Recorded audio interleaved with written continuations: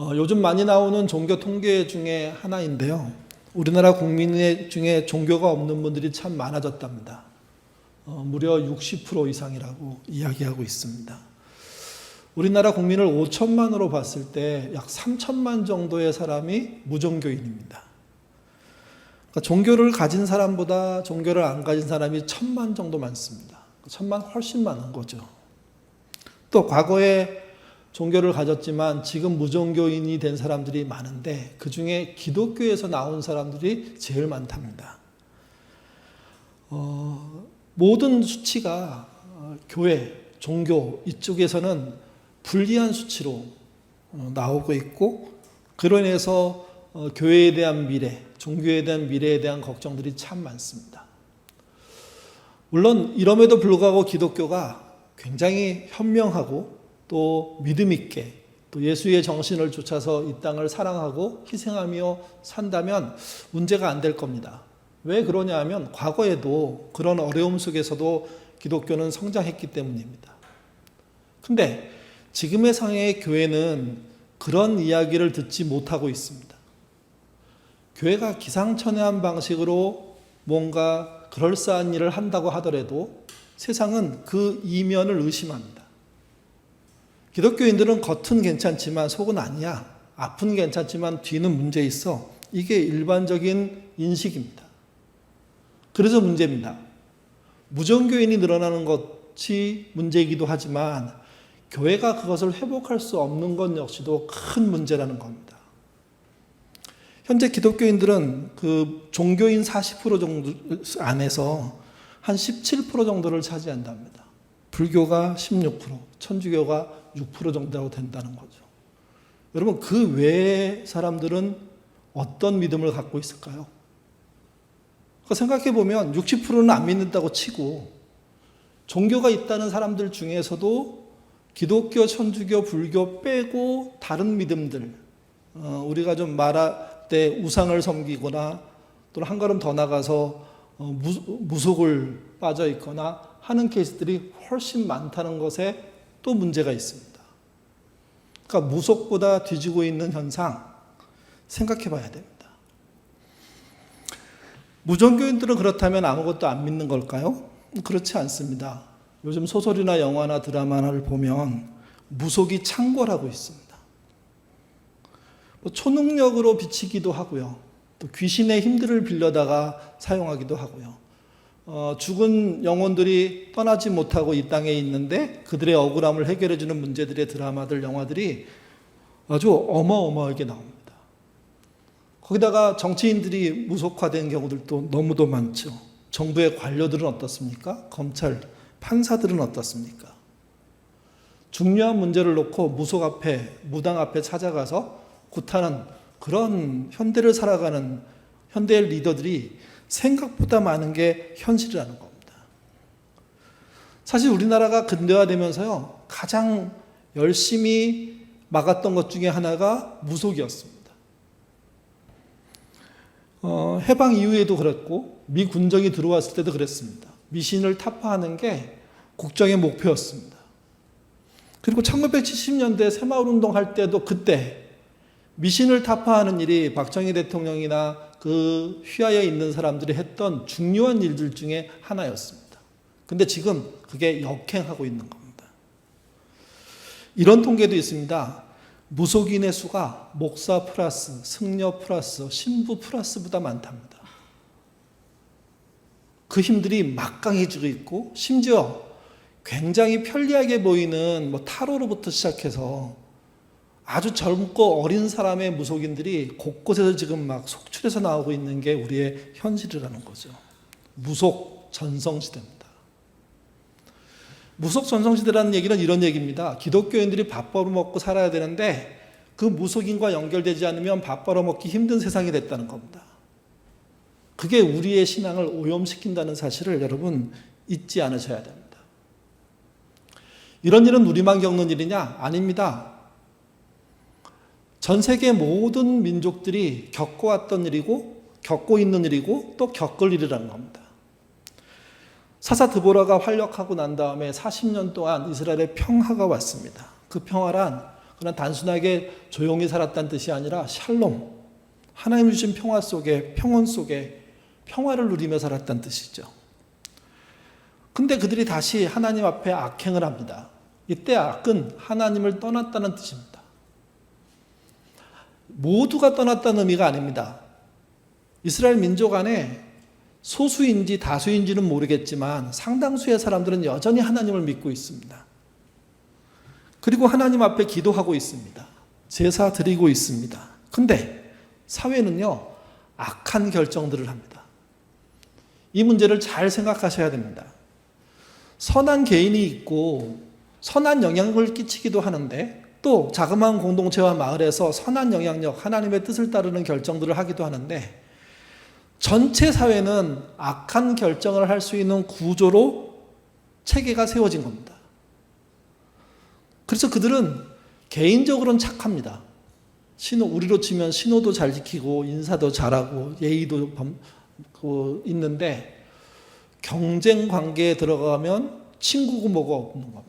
무조건 이기는 관계. 이길 때 인정받고 이겨야 한다는 사고 속에 빠져버리는 거. 약육강식이 일반화되는 겁니다. 그래서 개인적으로 있으면 대단히 도덕적인데 집단적으로 있으면 그들은 대단히 비도덕적인 겁니다. 이 상태를 사회학적으로 봤을 때 악의 세상이라고 얘기합니다.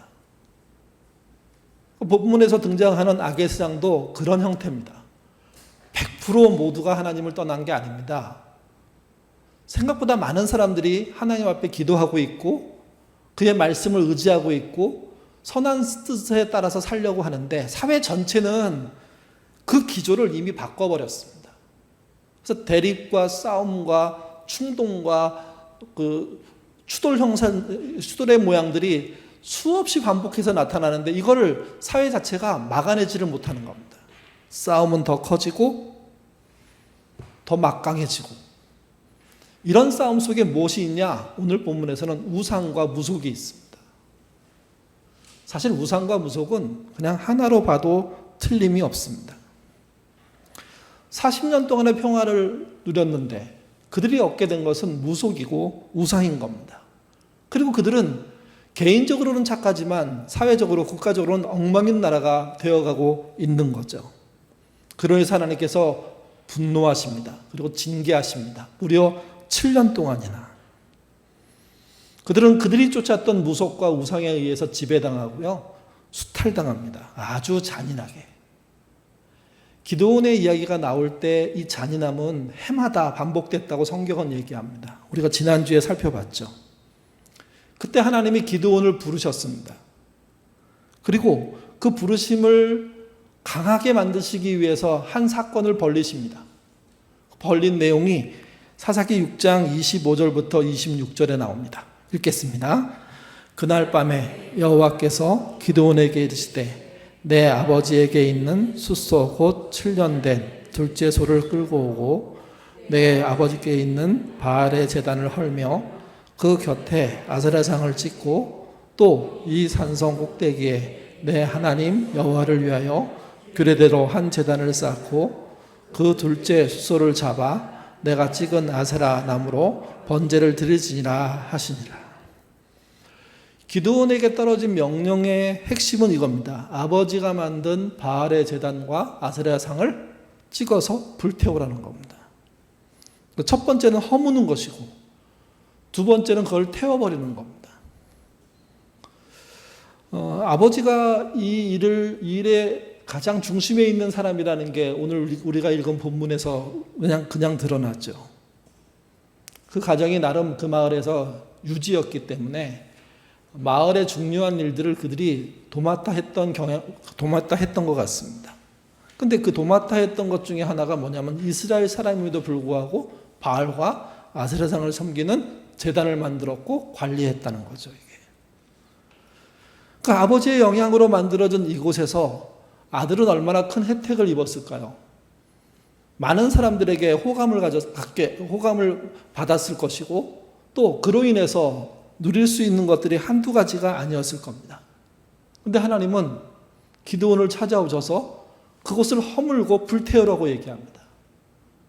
그러니까 준비를 하나도 하지 못했던, 준비되어 있지 않은 사람 기드온을 불렀던 이유 중에 하나가 이것 같습니다. 마을의 제단을 파괴하는 것이 간단한 일이 아닙니다. 근데 그는 여러 가지 과정이 있었겠지만 하나님의 뜻을 쫓아 그 일을 감행합니다. 여기 둘째 숫소라는 말이 나옵니다. 그러니까 첫째 숫소가 있다는 의미로 들리는데요. 개역개정만 둘째로 번역했지 실제 다른 성경들에 보면 최상의, 최우수한 뭐 이런 뜻입니다, 원래. 근데 우리는 왜 그걸 두 번째로 했는지 모르겠습니다. 옛날에 그 한글 성경으로 올라가면 그것을 조금 알 수가 있는데 앞에 한 소가 있고 그 다음에 둘째 소가 있다는 의미로서 번역을 했다가 개역개정으로 바꾸면서 그게 아님을 알고 이렇게 제대로 좀 번역을 했어야 되는데 그렇게 하지 못했습니다. 그래서 다른 번역들을 보면 그 번역을 둘째를 최상의, 최고의 숫소로 번역하고 있습니다. 마을 제단이 파괴된 것을 안 마을 사람들이 범인을 찾아 나섭니다. 29절. 굉장히 중요한 문제이기 때문에 마을 모두가 덤벼드는 거죠. 29절 읽겠습니다. 서로 물어 이르되 이것이 누구의 소행인가 하고 그들이 캐어 물은 후에 이르되 요아스의 아들 기드온이 이를 행하였다 하고, 뭐 한 문장으로 되어 있지만 마을 사람들이 집요하게 범인을 찾았고 결국 잘 감추기 위해서 사전 준비와 또 그걸 결행하고 난 다음에 입단속을 했음에도 불구하고 결국 기드온이 걸린 거죠. 가장 난감한 사람은 기드온이 아닙니다. 기드온의 아버지죠. 요아스가 난감한 상황에 빠졌습니다. 그동안 마을의 유지로서 바알 신전을 운영해주고 또 거기에 들어가는 많은 것을 본인이 희사해서 관리하고 있었는데 그것을 아들이 전부 다 회파해버린 겁니다. 마을 사람들의 편을 들면 아들을 내버리는 게 되는 것이고 아들의 편을 들면 마을과 등지게 되는 일들이 벌어집니다. 어쩌면 마을과 전쟁을 치러야 될지도 모릅니다. 요아스가 난감해졌습니다. 성경의 이야기는 늘 제가 말씀드리지만 단축해서 기록되어 있는 겁니다. 사전에 그 사이사이에 많은 일들이 벌어졌겠죠. 요아스도 그 질문을 받고 범인이 자기 아들이라는 사실을 알고 고민하면서 결국 마을 사람들한테 대답합니다. 근데 그 대답이 참 절묘합니다. 31절 말씀 같이 읽겠습니다. 요아스가 자기를 둘러선 모든 자에게 이르되 너희가 바알을 위하여 다투느냐? 너희가 바알을 구원하겠느냐? 그를 위하여 다투는 자는 아침까지 죽임을 당하리니 바알이 과연 신일진데 그의 제단을 파괴하였은즉 그가 자신을 위하여 다툴 것이니라 하니라. 요아스의 대답은 두 개 정도로 나눠볼 수 있습니다. 하나는요, 마을 사람들에게 일종의 협박조의 이야기를 합니다. 잘못했다고 사과하고 물러서면 본인도 안전하지 않지만 본인의 자식, 아들은 안전하기 어렵습니다. 그래서 오히려 더 당당하게, 오히려 좀 더 뻔뻔하게 이 문제를 돌파하려는 생각으로 덤벼듭니다. 그러니까 분명히 약점을 붙잡고 마을 사람들이 왔는데 그 이야기를 들은 그의 아버지가 저돌적으로 자기들을 들이받아버리면 혼란이 일어나기 시작하죠. 아버지는 그런 행동을 한 겁니다. 그러면서 이렇게 말합니다. 너희가 바알을 위하여 다투느냐? 바알의 편이냐는 얘기죠. 너희가 바알을 구원하겠느냐? 다 불타 없어지는 바알을 너희가 세울 수 있냐? 그를 위하여 다투는 자는 아침까지 죽임을 당하리라. 바알의 편이 되어서 나랑 싸우기로 결정하는 사람은 나도 가만히 있지 않겠다. 마을 사람들은 갑자기 움찔합니다. 아니, 너무나 당연하게 사과해야 되고 범인을 앞으로 데리고 와야 되고 최소한 그 범인의 어떤 문책이나 아니면 처벌이나 또 그 이후에 어떻게 할지에 대한 그런 이야기로 풀어나가야 되는데 아버지가 전혀 다른 이야기를 한 겁니다. 이 글 속에서 느껴지는 것은 그의 아버지는요, 물러설 생각이 없었습니다. 물러서면 죽는다고 생각했습니다. 그래서 바알의 편이 아니라 우리 편이 돼야 된다. 나의 편이 되라 하는 식의 협박을 한 겁니다. 그리고 이제 그 다음 얘기가 두 번째 얘기입니다. 사람은 그렇지 않습니까? 어떤 이야기를 풀어가기 위해서 자기가 방향을 정하고 아직 확신은 없지만 그쪽으로 밀고 가다 보면 길이 보이는 경우들이 있습니다. 전혀 예상치 못했던 어떤 생각이 갑자기 툭 떠오르면서 모든 문제가 한 줄로 정리가 되는 일들이 벌어지기도 하죠. 그래서 방향이 중요합니다. 싸우려고 마음 먹고 그래서 상대들과 싸우려고 하다 보면 싸울 수 있는 길들이 열리는 것처럼 요아스도 그랬습니다. 아들을 지켜야겠다는 생각에 물러설 수가 없었고 그래서 나랑 싸울래? 하고 버럭 화를 내다가 알게 된 게 있었습니다. 그게 두 번째입니다. 바알이 과연 신일진데 그의 제단을 파괴하였은즉 그가 자신을 위해 다툴 것이니라. 이 싸움은 누가 해야 된다는 얘기입니까? 공격당한 바알이 제가 자꾸 설교 쓸 때도 바알을 바울로 계속 써가지고 헷갈렸는데 바알이 해야 된다는 거예요. 여러분 말 되지 않습니까? 우리가 위기에 빠졌을 때 주눅 들면 이런 생각 못 합니다. 도망가는 생각을 하죠. 피할 만한 생각을 하죠. 그 생각들은 전부 다 제대로 된 대안이 못 됩니다. 변명이고 그 다음에 오히려 자기를 깊숙한 수렁으로 빠뜨립니다. 근데 이거를 전면적으로 대응해야 되겠다라는 마음을 먹고 덤벼들면 얘기는 달라집니다. 보이지 않는 것들이 보이기 시작합니다. 요아스도 바알을 숭배한 자였어요.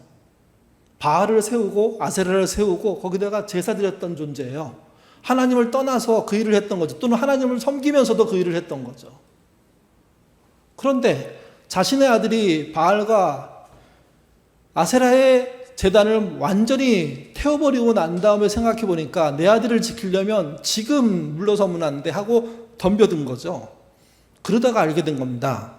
바알이 진짜 신냐? 그렇다면 바알의 제단이 회파됐다면 이제 지금 바알이 나와서 싸워야 될 거 아니냐? 바알은 어딨냐? 이 질문이 당시 함께 있었던 많은 사람들의 그동안의 바알에 대한 신뢰, 아세라에 대한 신뢰를 무너뜨려 버립니다. 그러면 기다려보자. 어떻게 되는지. 아무 일도 발생하지 않습니다. 그래서 그들이 물러설 수밖에 없게 되는 겁니다. 실제 바알이 신이면, 살아있는 신이면, 아세라가 진짜 모든 것을 주관하는 신이면 이렇게 자기를 공격한 존재에 대해서 아무 일도 못한다? 그거 이상하지 않냐? 무속의 전성시대를 살고 있는 우리 입장에서도 지금 무속을 쫓아가는 수많은 사람들에 의해서 이 땅이 움직여지고 있는데 우리의 태도가 분명해야 됩니다. 우리가 그들과 전쟁을 벌이고 그들을 죽이기 위해서 싸우는 건 아니지만 명확하게 그들과 함께 할 수 없다는 사실은 우리가 갖고 있어야 됩니다. 만약 우리가 무속과 함께하는 저들과 함께 동거하기 시작한다면 우리의 신앙은 오늘 본문이 등장하는 기드온 시대에 그 아버지가 믿었던 시대하고 별 다를 게 하나도 없다는 겁니다. 이 일로 기드온은요 별명을 하나 얻습니다. 32절 말씀 같이 읽겠습니다. 그날에 기드온은 여룹바알이라 불렀으니 이는 그가 바알의 제단을 파괴하였으므로 바알이 그와 더불어 다툴 것임이라 함이었더라. 여룹바알이란 말은 바알이 그와 더불어 다툴 것이다. 바알이 스스로 자기 존재를 드러내고 싸움을 일으킬 것이고 싸움에서 승리할 것 아니냐. 진짜 신이라면 그 싸움을 일으킨 자가 누구냐? 기드온이라는 거죠. 스스로 싸우게 내버려 둬라. 바알을 도와주지 마라. 하는 이야기들이 퍼져나가기 시작합니다. 그럼 그건 말이 됩니다. 항상 교회가 말하는, 세상을 향해서 말하는 많은 말들이 말이 안 되는 경우가 참 많습니다. 그 세습이라는 문제를 보더라도 세상에 기업을 자식에게 세습해도요 시끄럽습니다. 세금은 어떻게 할 건지 또 뭐는 어떡하지 따집니다, 사람들이. 근데 자기 소유도 아닌 교회를 세습을 한다. 그 모습을 보면서 야, 설령 개인이 세운 회사를 세습하는 건 뭐 이해할 수 있는데 교회가 말이 되냐? 교회를 향해서 봤을 때 말이 안 되는 일이 너무 많은 거예요. 세습한 교회에서 이렇게 말합니다. 우리 교회에 박사도 있고 법률가도 있고 의사도 있고 뭐도 있고 얼마나 많은 사람들이 똑똑하고 우리나라를 이끌어가는 줄 아냐. 그들이 동의한 거다. 그렇게 얘기하면 그래? 그 사람들이 생각이 있어서 그렇게 했겠지. 이렇게 이해할 것 같은데 걔네들은 교회 가면 뇌를 집에다 놓고 간대. 이렇게 얘기가 나온 겁니다. 설득이 가능하고 말이 안 되는, 말로 따져봤을 때 논리가 서지 않는 그런 형식의 일들을 교회가 하고 있는 거죠. 이걸 깨트리는 방법은요, 말이 돼야 됩니다. 요아스, 기드온의 아버지가 말이 되는 이야기를 했고, 그 말은 사실은 아들을 살리고 지키기 위한 노력이었는데, 그러다가 바알의 실체, 아세라의 실체에 대해서 얘기했고, 그 실체가 실제 증명되지 않으니까 바알과 아세라는 힘을 잃어버리게 되는 거죠. 그리고 이스라엘은 회복의 가속도가 붙습니다. 교회가 세상을 회복시키는 것은 이런 걸 만들어내는 겁니다. 세상은 이기적인 욕망을 부추기는데 교회는 이타적인 헌신을 이야기하고, 세상은 악랄하게 살아가서 이기는 존재가 1등이라고 얘기하는데 교회는 순수하고 착한 존재를 길러내고, 그래서 처음에는 약해 보이고 별 볼 일 없어 보이고 희망 없어 보이는데 그들이 조금씩 성장하면서 힘을 펼치면서 선한 영향력을 만들어가는 그 모습에 힘만 가지고 살려고 했던 세상이 무릎 꿇게 되는 거죠. 이해하고 용납하고 인정하고 물러서게 되는 거죠. 그리고 자신들도 그 정신에 옮겨가고. 우상에 대한 문제는요, 명확합니다. 우상은 스스로 할 수 있는 게 없는 존재라는 게 성경의 이야기입니다. 그 우상은 사람이 만든 그냥 조그만 소품이라는 거죠. 그런 이야기가 성경 여러 군데 나옵니다. 그 중에 하나가 시편 135편 15절에서 18절입니다. 우상을 어떻게 봤는지 우리 명확하게 이 말씀을 통해서 정리했으면 좋겠습니다. 읽겠습니다. 열국의 우상은 은금이요 사람의 손으로 만든 것이라. 입이 있어도 말하지 못하며 눈이 있어도 보지 못하며 귀가 있어도 듣지 못하며 그들의 입에는 아무 호흡도 없나니 그것을 만드는 자와 그것을 의지하는 자가 다 그것으로. 우상이라는 존재 자체가 그냥 금덩어리, 나무덩어리, 돌덩어리라는 거죠. 손에 의해서 만들어진 결과물이라는 겁니다. 입모양이 있는지 모르겠지만 말할 수 없고, 눈이 그려져 있는 것 같지만 눈으로 뭘 보지 못하며, 귀가 그려져 있다고 하더라도 귀로 듣는 게 없다는 겁니다. 더 중요한 건 호흡이 없다는 겁니다. 이 본문의 명확한 경고는 18절입니다. 그것을 만든 자와 그것을 의지하는 자가 다 그것과 같으리라. 그의 눈, 그의 입, 그의 귀 쓸모가 없을 것이고 그의 호흡은 죽은 것과 같다고 얘기하고 있습니다. 요아스가 정확하게 얘기한 겁니다. 도망치다가 깨달은 겁니다. 아들 살리기 위해서 덤벼들다가 갑자기 이해가 생긴 겁니다. 바알의 신이라면 지가 직접 하게 내버려둬라. 그러면 나는 피할 수가 없다고 생각한다. 근데 바알이 진짜 신이 아니라면 내 아들을 어떻게 할 수가 없을 거다. 그리고 바알은 실제 아무것도 못합니다.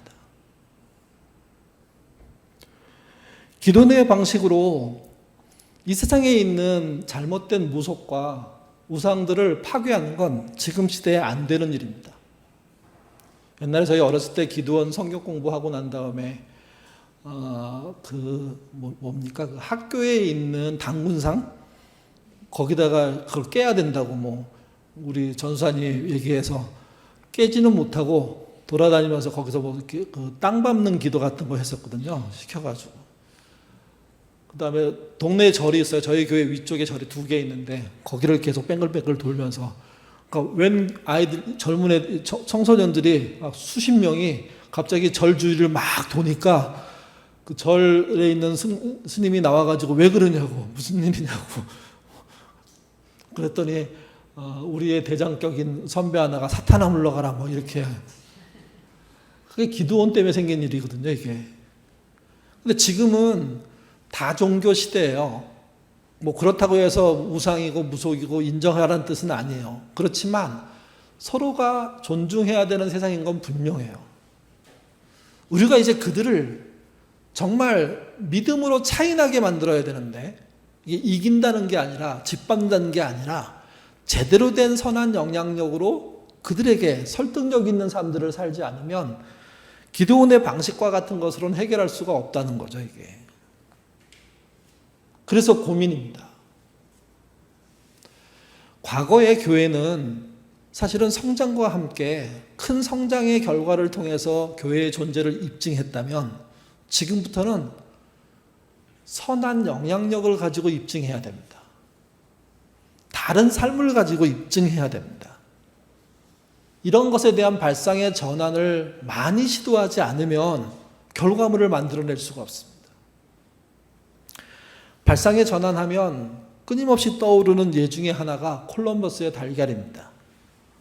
콜럼버스가 인도를 찾으러 배를 띄웠죠. 그래서 발견을 했습니다. 자기는 인도인 줄 알았습니다.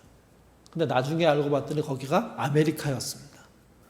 그래서 신대륙을 발견한 사람으로 자기가 얘기를 하기 시작했고, 그 결과 때문에 그는 대대적인 환영을 받았습니다. 근데 시기하는 사람들이 있었죠. 그의 논리는 이겁니다. 배만 타고 쭉 나가면 있는 것인데 누군들 못하겠냐고. 그러면서 비아냥거립니다. 누구나 할 수 있는 일을 그가 배가 있었기 때문에, 기회가 있었기 때문에 한 거다 하는 식으로 말을 하는 거죠. 그래서 콜럼버스가 이들과의 대화 속에서 자기가 그들과는 근본적으로 다른 사람이란 차이를 설명하기 위해서 낸 문제가 있습니다. 그게 달걀을 세우라는 거죠. 달걀을 세울 방법을 찾는 사람이 자기보다 나은 사람이라고 인정해 주겠다는 식으로 문제를 냅니다. 시기하는 자들이 붙어서 그 달걀을 세워보려고 하죠. 불가능합니다. 사실 사람들은 불가능하다는 것을 알았습니다. 근데 그럼에도 불구하고 뭔 방법이 있지 않을까 해서 그 문제에 도전합니다. 결국 세우지 못하죠. 그래서 결국 이제 문제를 낸 사람에게 돌아갑니다. 콜럼버스가 달걀 끝을 조금 깨트려 가지고 세웁니다.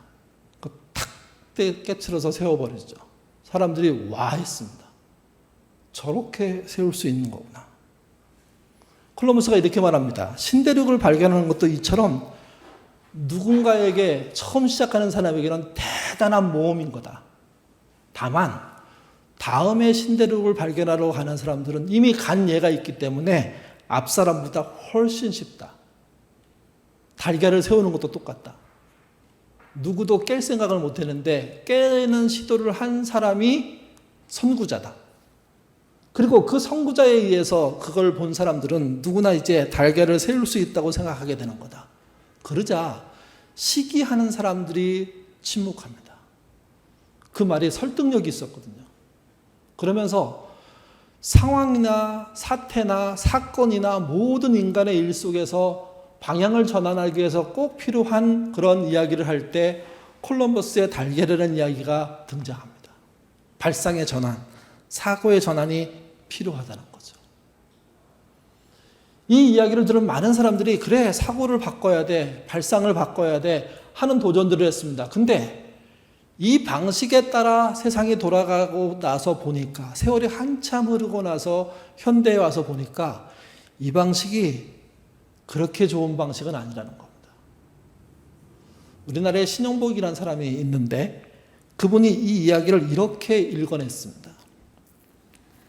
아무도 달걀을 세우지 못했지만 콜럼버스 혼자 달걀을 깨트려 세웠습니다. 지금도 예찬되는 발상 전환, 콜럼버스의 달걀입니다. 500년 동안 군림하고 있는 살아있는 전설입니다. 그러나 우리는 생각해야 합니다. 달걀을 세우지 못한 사람들은 그것이 살아있는 생명이기 때문에 차마 깨뜨리지 못했다는 사실을 잊어버려서는 안 됩니다. 왜 사람들이 달걀을 안 깼을까요? 안 깨고 세우는 게 맞다고 생각한 겁니다. 그리고 그 달걀은 생명이라고 생각한 겁니다. 그걸 깨워서 세워본들 뭐 할까? 근데 콜럼버스는 그게 가능했던 거죠. 콜럼버스의 달걀은 발상의 전환이 아니라 생명에 대한 잔혹한 폭력입니다. 과연 콜럼버스 이후 세계 곳곳에서 생명이 깨트려지고 있습니다. 이처럼 잔혹한 역사에도 불구하고 콜럼버스는 지금도 살아있습니다. 달걀은 세울 수 없어. 그 문제를 풀려는 사람도 해보다가 안 된다고 얘기해야 되고 콜럼버스도 나도 못해. 그렇게 끝났으면 전 세계의 미래는 훨씬 밝았다는 겁니다. 근데 그거를 깼습니다. 그리고 세웠습니다. 달걀의 생명은 끝났는데 달걀은 세워졌으니 이거 발상의 전환이네 하는 생각을 가졌는데 이게 대대로 이어지면서 더 강력한 파괴 행위로 확장됐다는 겁니다. 심지어 자기의 동료와 사람을 죽이면서까지도 내가 살 수만 있다면 못할 일이 없다는 사고방식의 확장의 가장 큰 발상의 전환이 콜럼버스의 달걀이라는 거죠. 교회는 이런 일에 동조할 수 없습니다. 어떤 권사님이 그러시더라고요. 옛날 저희 교회에서 어렸을 때 교회에서 들은 이야기인데 닭을 잡아서 닭 볶음탕을 해야 되는 거예요. 근데 그 당시에 닭을 집에서 키우다가 닭을 죽이잖아요. 그러니까 이제 닭을 잡아서 먹는 건 참 좋고 맛있고 좋은데 죽이려는 사람 입장에서는 생각보다 끔찍합니다. 근데 안 죽일 수는 없고 그 권사님이 이렇게 얘기하시는데 미안합니다. 죄송합니다. 당신의 생명을 뺏어서 하고 죽였답니다.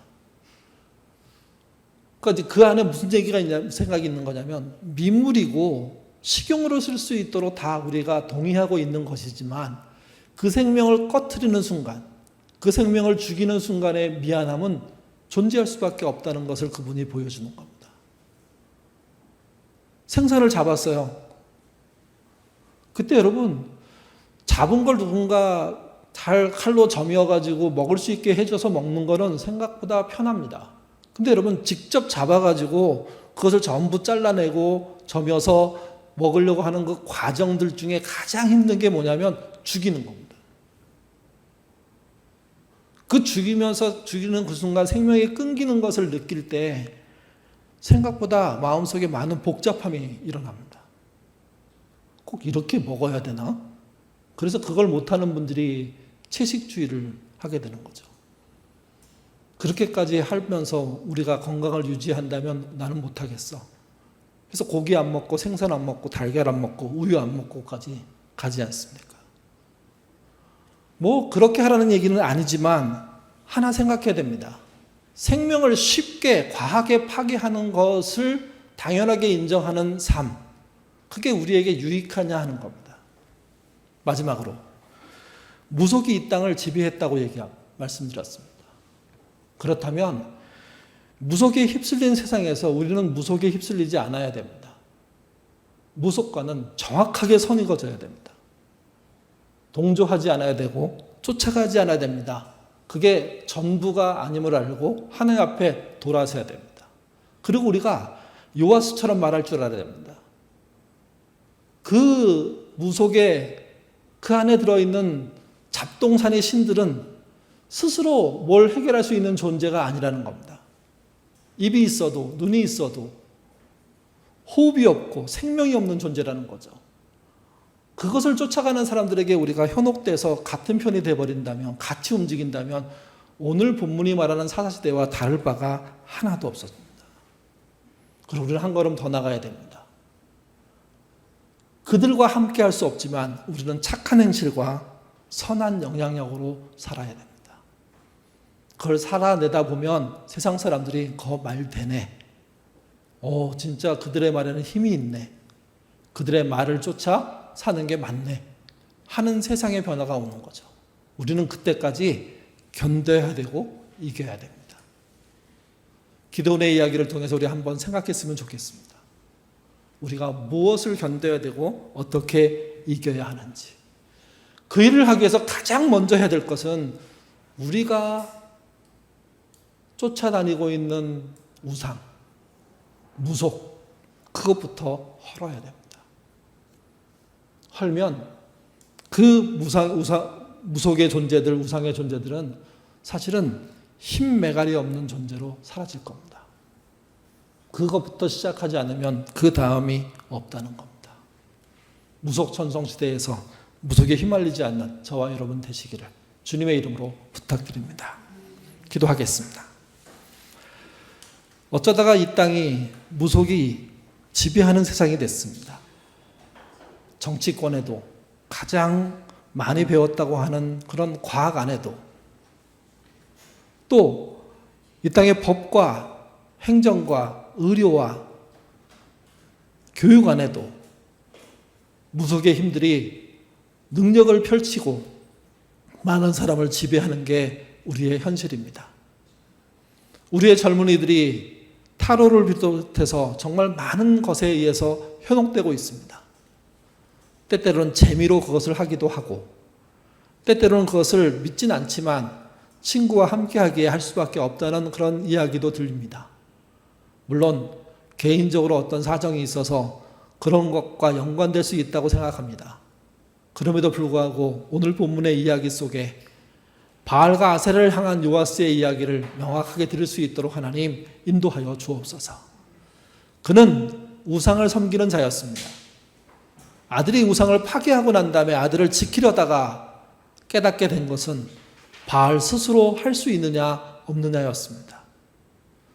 이 땅에는 무속이 무엇을 할 수 있는지 우리가 명확하게 그들을 바라볼 수 있도록 도와주시고 그들이 성경 말씀을 통해서 보듯이 아무것도 할 수 없는 존재라는 사실을 잊지 않도록 하나님 인도하여 주옵소서. 그런 무속으로부터 나오는 우리가 되게 하시고 교회가 되게 하시고 그 걸음 한 걸음 더 나가서 정말 그 무속을 이길 수 있는 신앙의 힘들을 갖는 신자 되도록 하나님 인도하여 주옵소서. 무언가 정면으로 싸우려고 하면 그 싸우려는 구실들과 지혜들이 생각납니다. 기드온의 아버지 요아스가 그랬던 것 같습니다. 그렇게 얻은 것이지만 말이 되는 힘과 지혜가 있었습니다. 교회는 한 걸음 더 나가서 잘못된 행동을 통해서든 선한 행동을 통해서든 이 땅에 설명할 수 있는 힘과 지혜를 가질 수 있도록 하나님 이끌어 주옵소서. 그래서 무속이나 우상이 아니라 하나님의 말씀과 능력으로 세상을 설득할 수 있는 노력과 수고가 있게 하시고 그 결과가 이 땅에 창궐하는 은혜 있도록 하나님 인도하여 주옵소서. 우리의 착한 행실, 우리의 선한 영역이 그런 설득력을 가질 것입니다. 지금은 작아서 보이지 않지만 끊임없이 그 일들을 행할 때 그것이 쌓여서 큰 파도가 될 것을 믿습니다. 우리 교회도 개인도 우리가 어떤 설득력을 가져야 하는지 잊지 않도록 인도하여 주옵소서. 그리고 헐어버린 우상 다시 세우지 않는, 헐어버린 무속 다시 세우지 않는 그런 우리의 삶 되도록 인도하여 주시옵소서. 감사하며 예수님 이름으로 기도드립니다. 아멘.